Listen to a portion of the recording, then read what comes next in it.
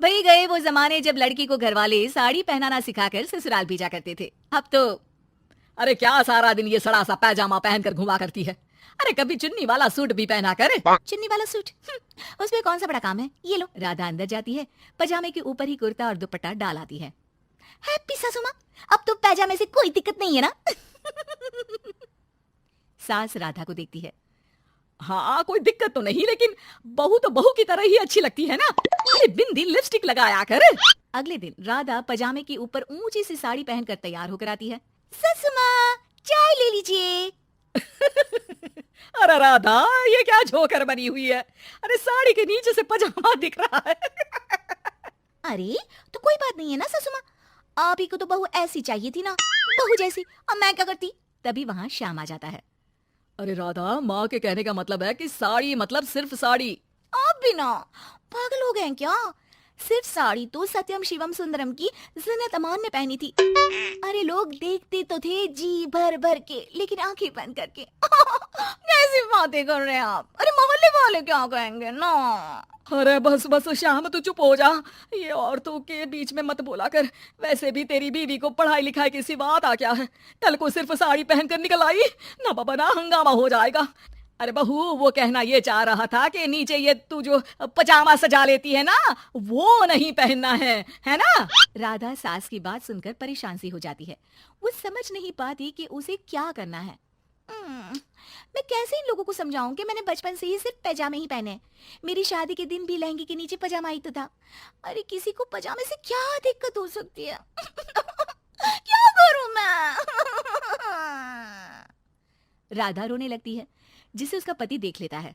अरे अरे मेरी प्यारी राधा, रो क्यों रही हो। अच्छा चलो शाम को तुम्हें घुमाने लेकर चलता हूँ, और इतना ही नहीं, मैं तुम्हें शॉपिंग भी करवाऊंगा। राधा ये सुनकर खुश हो जाती है। ओह, आइसक्रीम के साथ शॉपिंग, वाह। मैं भी लिस्ट बना लेती हूँ कि क्या क्या लेना है मुझे। बस फिर क्या था, राधा बैठ जाती है लिस्ट बनाने।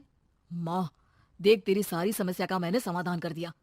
अरे ऐसा क्या कर दिया, पजामे वाली को छोड़ दिया क्या तूने। अरे कैसी बात कर रही हो माँ, पजामे वाली नहीं, राधा नाम है उसका। तभी डोरबेल बजती है और पड़ोस की चाची घर आती है। उनके हाथ में एक पजामा होता है।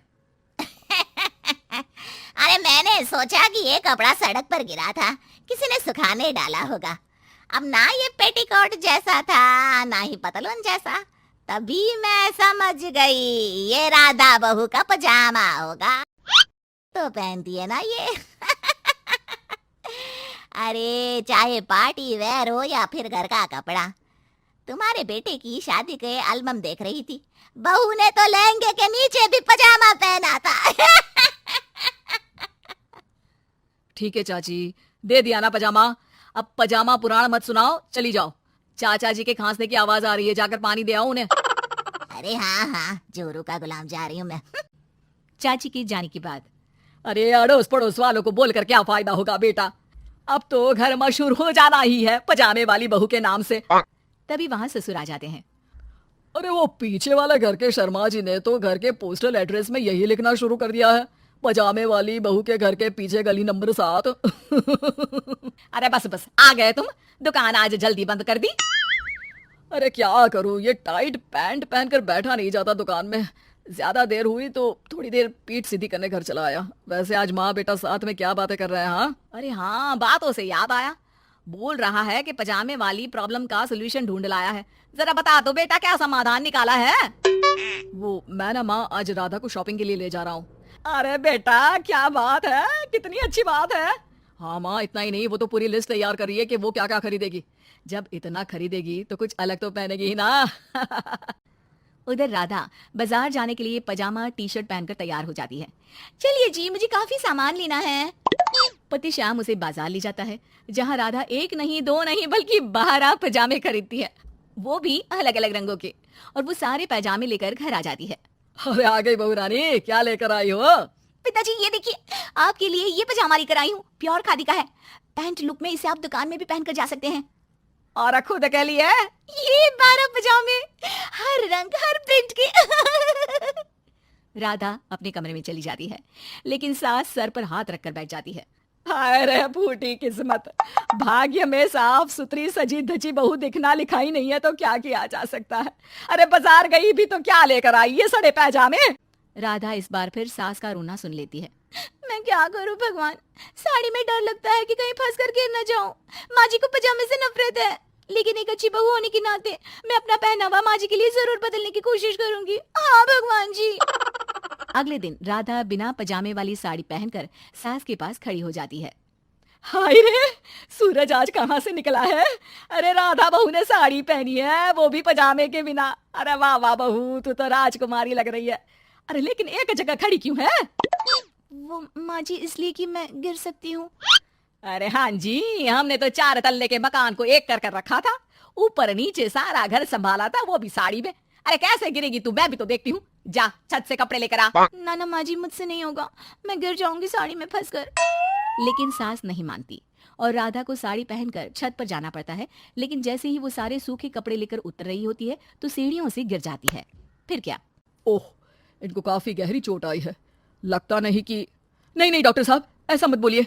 अरे सारी गलती मेरी है डॉक्टर साहब, मेरी बहू को बचा लीजिए। अरे हाँ, वो बच जाएंगी, लेकिन चोट भरने में देर लगेगी। धीरे धीरे राधा ठीक हो जाती है और एक दिन जब पहली बार वो ठीक होकर कमरे से बाहर निकलती है तो देखती है कि सास, ससुर, पति सब पैजामे पहनकर खड़े होते हैं।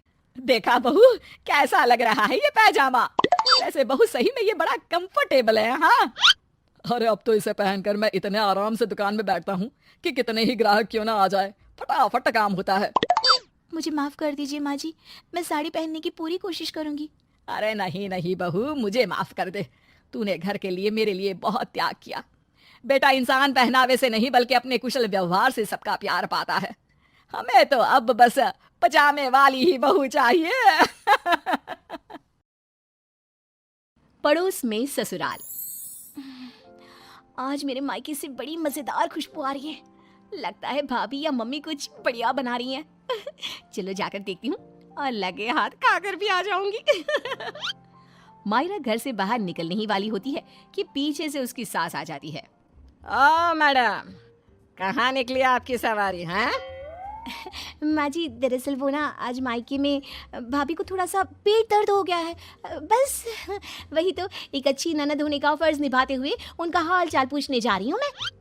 कोई जरूरत नहीं है, रोज तेरे मायके में किसी न किसी की तबीयत खराब हो ही जाती है और रोज तू फुदक के चली जाती है। हमारी ही अकल पर पत्थर पड़े थे जो पड़ोस की लड़की को ही बहू बना लिया। अब आपका मायका 100 किलोमीटर दूर है, उसमें मेरा क्या कसूर? आपका खाना बना दिया है, आटा भी गूंद दिया है, गर्मा गर्म फुलकी बनाकर खा लेना ना आप।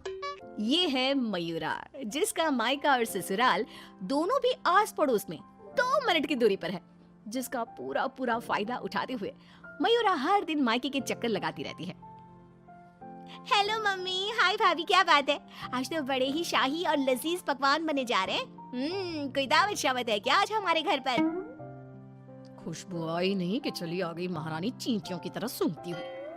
अरे बेटा, तेरे भाई का प्रमोशन हो गया है, इसी खुशी में उसके मनपसंद पकवान बना रहे हैं। बस आ जाती तू भी, दामाद जी और समधी समदन जी को भी न्योता दे दे।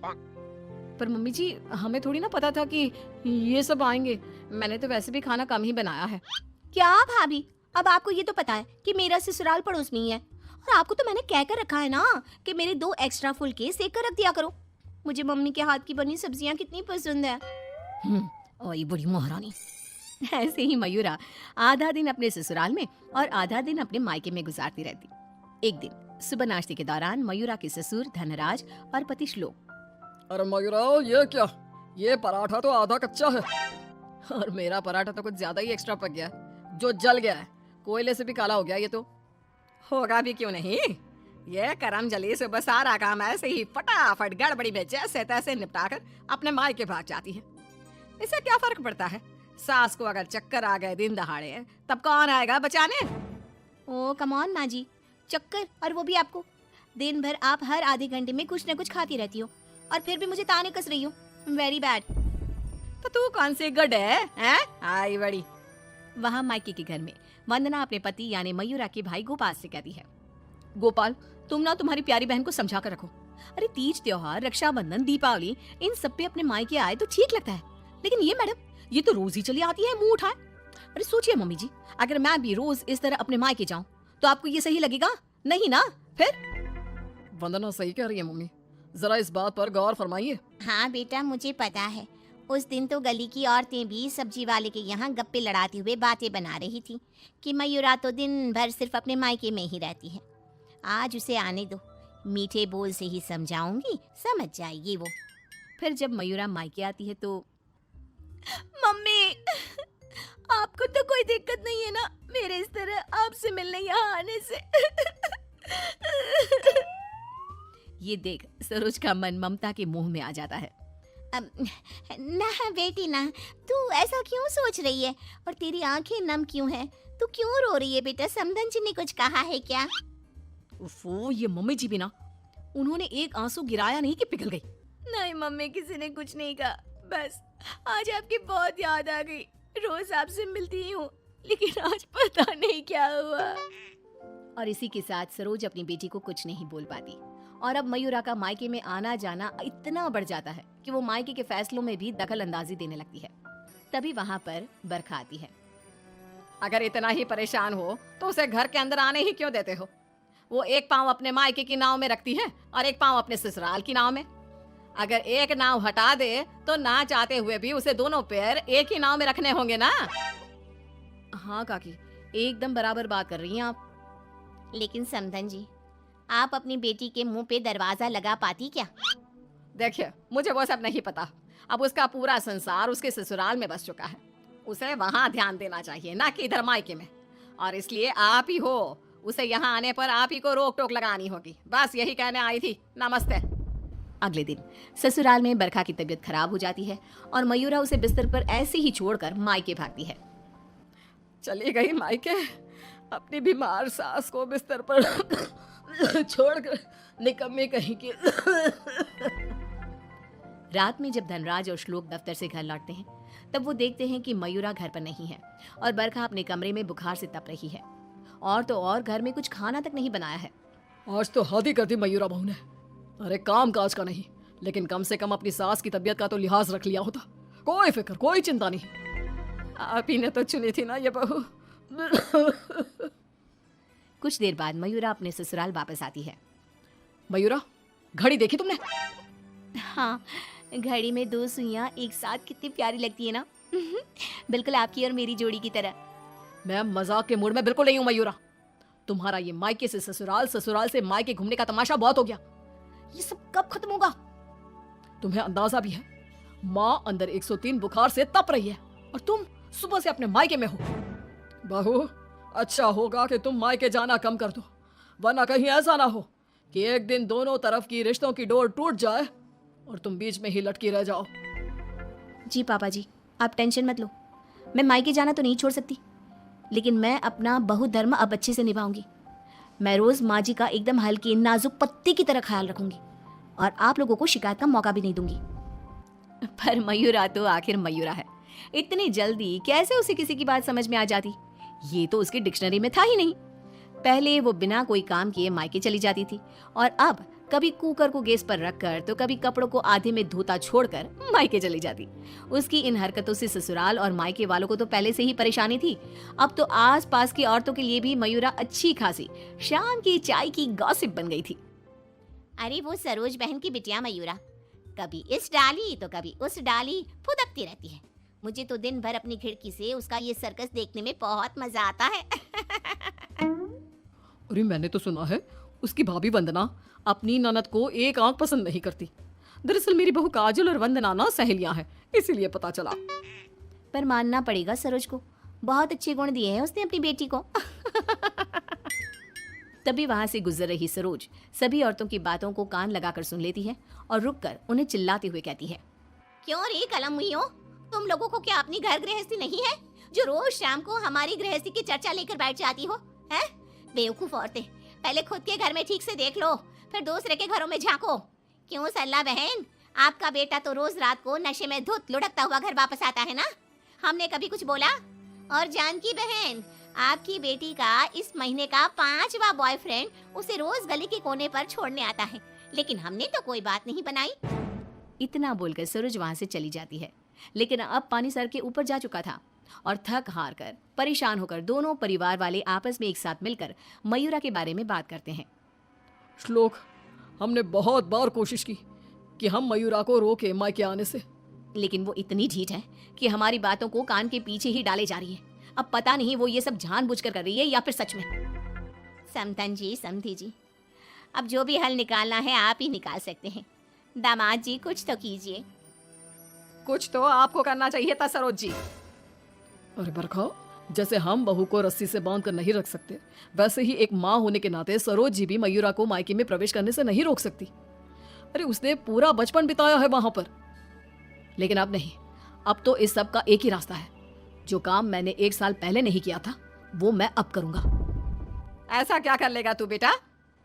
मुझे कंपनी की तरफ से चिरौलीपुरा में ट्रांसफर लेटर दिया गया था, वो भी दुगनी सैलरी के बेसिस पर। लेकिन 1 साल पहले आई इस ऑफर को मैंने मयूरा की खुशियों के लिए ठुकरा दिया था, क्योंकि अगर हम यहाँ से कहीं और जाकर शिफ्ट हो गए तो वो अपने मायके को मिस करेगी। तभी शादी भी नहीं थी, और अब ऐसा कुछ भी नहीं है। तो तुम ये कहना चाह रहे हो कि तुम सब यानी मयूरा के ससुराल वाले अब उसके मायके से दूर चले जाएंगे? जी हाँ, मैं इस ऑफर को अभी भी एक्सेप्ट कर सकता हूँ और फिर हम सब यहाँ से चले जाएंगे। अब हम और कर भी क्या सकते हैं? अगर मयूरा को अपने मायके जाने से रोकना है तो बेहतर यही होगा कि उसके पड़ोस के ससुराल को दूर ले जाए और उसके ससुराल वाले ही अलग जाकर रहे, जिससे वो रोज अपने मायके नहीं जा पाएगी। सभी श्लोक के इस फैसले पर सहमति जताते हैं और फिर मयूरा अपने पति की ट्रांसफर की वजह से शिफ्ट होने की बात को साधारण समझकर अपने मायके से दूर चली जाती है। जो भी कहो, सही मायनों में बहू विदा करके तो मैं अब लाई हूँ। पढ़ी लिखी देवरानी। अगर आज मैं भी पढ़ी लिखी होती तो मैंने मोहल्ले में हो रहे कंपटीशन को जीत लिया होता और अच्छी खासी मोटी रकम जीतकर आपके हाथ में थमाई होती। माँ बड़ बोली, ज्यादा मत बोल। जितना तेरा कद है ना उससे भी 50% कम बोला कर। इस घर में ही क्या, हमारे खानदान में किसी भी औरत को पढ़ने की इजाजत नहीं है। देख तेरी बड़ी भाभी मधु, ये भी कहाँ पढ़ी है, इसके घर वालों ने भी इसे पढ़ने नहीं दिया। तो अब आप बाकी लोग जो करेंगे वही करूंगी। पढ़ना सिर्फ लड़कों के हाथ में है। किताब, पेन, पढ़ाई ये आदमी ही कर सकते हैं, क्योंकि उन्हें ही तो आगे जाके कमाना है। औरतों को तो सिर्फ बेलन, झाड़ू और पोछा यही करना है जीवन भर। और तेरे इस कंपटीशन को जीत कर मुझे नहीं चाहिए पैसे। मेरा बड़ा बेटा सागर अब कमा रहा है और छोटा बेटा तेज भी अपने कॉलेज की पढ़ाई के बाद कमाएगा ही। तारिणी, तू तो बस अपनी बड़ी भाभी से खाना बनाना और घर के बाकी काम करना सीख ले। सच में आप सबकी सोच ना जमीन में धसी हुई रहेगी लाइफ टाइम। न जाने क्यों मैं इस घर में पैदा हुई। ऐसा नहीं बोलती तारिणी। तारिणी रोकर अपने कमरे में चली जाती है। पाठक परिवार में आज तक किसी भी लड़की ने पढ़ाई नहीं की और सिर्फ लड़कों को ही इजाजत दी जाती है, लड़कियों को नहीं। बिंदु के 2 बेटे होते हैं, बड़ा बेटा सागर जो एक अच्छी नौकरी करता है और उसकी बीवी मधु है, और छोटा बेटा तेज जो अभी कॉलेज में अपने लास्ट ईयर की पढ़ाई पूरी कर रहा होता है। बिंदु और यशराज ने कभी अपनी बेटी तारिणी को पढ़ने नहीं दिया, जिसकी शिकायत वो आज तक करती है। तेज को अपने कॉलेज में प्रीति नाम की एक लड़की से प्यार हो जाता है। प्रीति, वो दरअसल मुझे ये बात तुमसे बहुत समय से कहनी है। कल इकोनॉमिक्स के क्लास के बाद मैं तुम्हारे लिए रुका भी था, लेकिन तुम चली गई। बोलो ना तेज, क्या हुआ, क्या कहना है तुम्हें? प्रीति, अब मुझे तुमसे प्यार हो गया है। क्या तुम मुझसे शादी करोगी? देखो, हम पिछले 5 साल से एक दूसरे को जानते हैं। आई नो तेज, जैसे तुमने अपनी जज्बातों को मन में छुपा के रखा वैसे मैंने भी छुपाया। मैं भी तुमसे प्यार करती हूँ, लेकिन मैं तुमसे शादी कैसे कर पाऊंगी? क्यों, कौन रोक रहा है हमें? जहाँ तक मुझे पता है हमारे शहर में लड़कियों को पढ़ने नहीं देते, ना ही पढ़ी लिखी लड़कियों से शादी करवाई जाती है। तुम्हारी बहन तारिणी भी नहीं पढ़ पाई ना अब तक। आई नो, फिर तुम्हारी माँ कैसे मानेंगी? तुम इस सब की चिंता मत करो, I'll fix that all। बस भरोसा और हिम्मत रखो। तेज घर जाकर अपने माता पिता बिंदु और यशराज से बात करता है इस बारे में, और प्रीति के बारे में जानकर बिंदु और यशराज कहते हैं, है तू बोरा गया है क्या लल्ला? देख, ये सब हमारे घर में ही नहीं राज घरानों में भी होता है। अब प्रीति के माँ बाप होंगे फिर पूरी, लेकिन हम नहीं। हाँ बेटा, ये शादी कतई नहीं हो सकती। शादी में लड़का आगे और लड़की पीछे होती है। वैसे ही जीवन में भी पत्नी पति से एक कदम पीछे ही होनी चाहिए। ठीक है, अगर आप लोगों को ये सही लगता है तो मैं भी वही करूंगा जो मुझे सही लगता है। अब आप सब मेरा मरा हुआ मुंह ही देखोगे। गंगाजल तैयार रखिएगा। हाय हाय लल्ला, ये तू क्या बोले जा रहा है, पागल हो गया है क्या? तेज अपनी जिद से पीछे नहीं हटता और वो पूरे 1 महीने तक बिंदु, यशराज और अपने बड़े भाई सागर को मनाने में ही लगा रहता। तब कहीं जाकर कुछ महीनों बाद वो सब राजी होते हैं और कॉलेज की पढ़ाई खत्म होते ही 1 साल बाद तेज और प्रीति की शादी हो जाती है। लेकिन बिंदु, यशराज और सागर अब भी इस शादी से थोड़े से नाखुश ही होते हैं। जब घर के सभी आदमी खाना खाने बैठते हैं तब प्रीति भी उनके साथ खाना खाने के लिए बैठती है। तभी अरे ओ अकल की अंधी, पागल हो गई है क्या? अरे माना कि तुम एक पढ़ी लिखी लड़की हो, लेकिन इसका मतलब ये तो नहीं ना कि घर के और ससुराल के तौर तरीकों का पालन भी ना किया जाए। खाना पहले घर के आदमी खाते हैं और फिर औरतें खाती हैं, दोनों एक साथ नहीं बैठे, समझ गई? लेकिन मम्मी जी ऐसा क्यों? मेरा मतलब खाना तो सबका एक ही होता है ना, तो सब अलग अलग बैठकर क्यों खाए? प्रीति तुम चलो ना रसोई में, चलो, सबके लिए कटोरी में खीर परोसनी है। लेकिन मधु दीदी। प्रीति, माँ और मधु जो कह रही हैं वो सब सुनो। तेज, अपनी बीवी को कुछ समझाओ। प्रीति गुस्से से उठकर रसोई में चली जाती है और मधु के साथ खीर को कटोरियों में परोसने में लग जाती है। प्रीति, हम इस घर की बड़ी बहू हैं, उसके बावजूद भी हमें हर मामले में, हर काम में पीछे रखा जाता है, जूती की नोक पे रखा जाता है, क्योंकि हम पढ़े लिखे भी नहीं हैं। अब सोचो, हम बड़ी बहू होकर भी हमारा ये हाल है, तो तुम्हारे साथ क्या क्या होगा? मधु दीदी, आप पढ़ी लिखी नहीं हो, इसमें आपकी कोई गलती नहीं है, लेकिन ये जो कुछ भी हो रहा है ना, आदमी और औरत का भेदभाव, ये सब बहुत ही बेकार और इलॉजिकल है। आज दुनिया कहाँ से कहाँ पहुँच गई है। आज के जमाने में औरत आदमी के साथ कदम से कदम मिलाकर चलती है। खैर, अब हम और कर भी क्या सकते हैं, लेकिन हम अपने आप को बहुत भाग्यशाली मानते हैं। क्यों मधु दीदी? क्योंकि हमारी एक पढ़ी लिखी देवरानी जो है।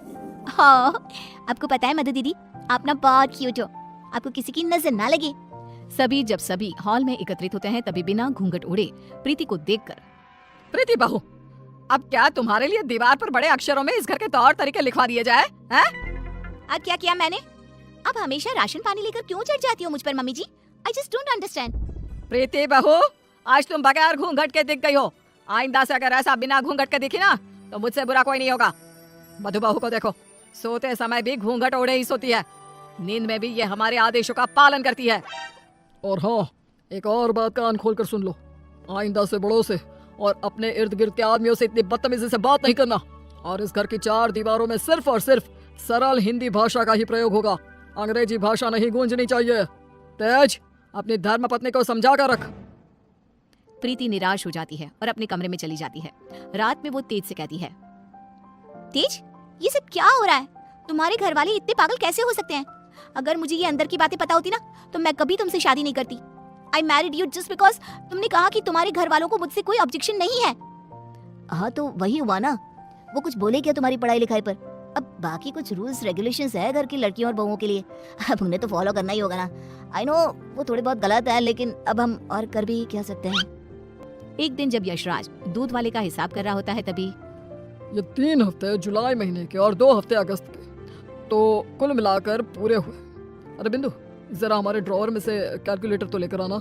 जी अभी लाती हूँ। बिंदु कैलकुलेटर लाती है और तभी प्रीति भी वहाँ आती है और यशराज को हिसाब करते देखती है। ओफो, ये कैलकुलेटर चल क्यों नहीं रहा? मैं हिसाब कैसे करूंगा? 5 हफ्तों का हिसाब मिलाया जाए तो बनते हैं 680 रुपए, क्योंकि हमने 3 रविवार और 4 मंगलवार को दूध नहीं लिया था रघु भैया से, तो उस हिसाब से यही हिसाब बनता है।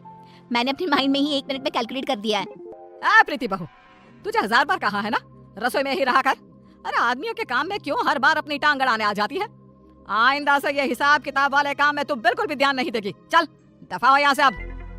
न जाने कौन सी घड़ी थी वो जब तेज को इससे प्यार हुआ। बेवकूफ है हमारा बेटा। इस तरह फिर से प्रीति को चुप कराकर रसोई में भेज दिया जाता है। कुछ दिनों बाद प्रीति जब बाजार से घर लौटती है तब वो घर पर सबको मधु पर चिल्लाते हुए देखती है और मधु बेचारी फूट फूट कर रोई जा रही थी। सब तुम्हारी गलती है, तुम्हारी वजह से ही मैं बाप नहीं बन सकता कभी। पता नहीं क्यों आई तुम मेरी जिंदगी में। पनौती हो तुम, पनौती। लेकिन सागर जी, डॉक्टर साहब ने कहा है कि आपके अंदर कुछ मेडिकल इश्यूज है जिसकी वजह से आप कभी बाप नहीं बन पाएंगे। अब इसमें हमारी क्या गलती है? ओए मधु, ज्यादा ऊंची आवाज से बात मत कर। वही तो। प्रीति से अपना गुस्सा कंट्रोल नहीं किया जाता और वो तुरंत अंदर आकर चिल्लाती है, बस, आप सबको ये क्या हो गया है? जब डॉक्टर ने कहा है कि कमी सागर भैया में है, तो मधु दीदी को क्यों सुनाना? वो क्यों सहे? सारे ताने, सारी डांट, सारी गलती मधु दीदी की कैसे हो गई? मास्टरनी, तू तो चुप ही रहा कर। वो कहते हैं ना, एक गंदी मछली पूरे तालाब को और बाकी मछलियों को खराब कर देती है। तू ना वैसी ही है। तेरी वजह से ही ये मधु बहू भी उल्टा बोलना सीख गई है। नहीं माँ, ये सरासर गलत है। गलती सागर भाई की है। नहीं, मधु में ही कोई दोष है। हमारे बेटे सागर में कोई दोष हो ही नहीं सकता। ये मनहूस मधु कुंडली मारकर बैठ गई है हमारे सागर के जीवन में। मधु दीदी, ये आपके हाथ पाँव पर निशान कैसे? बोलिए। सागर जी ने हमें बहुत मारा प्रीति, हमें बचाओ इन सब से, ये सब बहुत बुरे हैं। मधु प्रीति के गले से लिपट कर रोए जा रही थी। सागर गुस्से में आकर मधु पर हाथ उठाने जा रहा था कि तभी प्रीति उसके पास जाकर उसका हाथ पकड़कर मोड़ देती है। मेरा हाथ! एक आदमी अगर गुस्से में शैतान बन जाए तो एक औरत क्रोध में काली का रूप धारण कर लेती है। समझ गए सागर भैया? और आप सब, अरे एक बार ध्यान से सोचिए, दिल से सोचिए ना। अगर ऊपर वाले ने आदमी और औरत को साथ में बनाया है तो हम क्यों फर्क करें? क्यों औरतें आदमियों से पीछे रहे? दोनों साथ में कदम से कदम मिलाकर चल सकते हैं ना। साथ में काम करके अपना घर, अपनी गृहस्थी चला सकते हैं ना। गलती सोच की है, अगर सोच बदलोगे तो ही बदलाव आएगा, वरना जमीन में ही धंस के रह जाओगे। उतने में तेज अपने साथ पुलिस अफसर को लेकर आता है।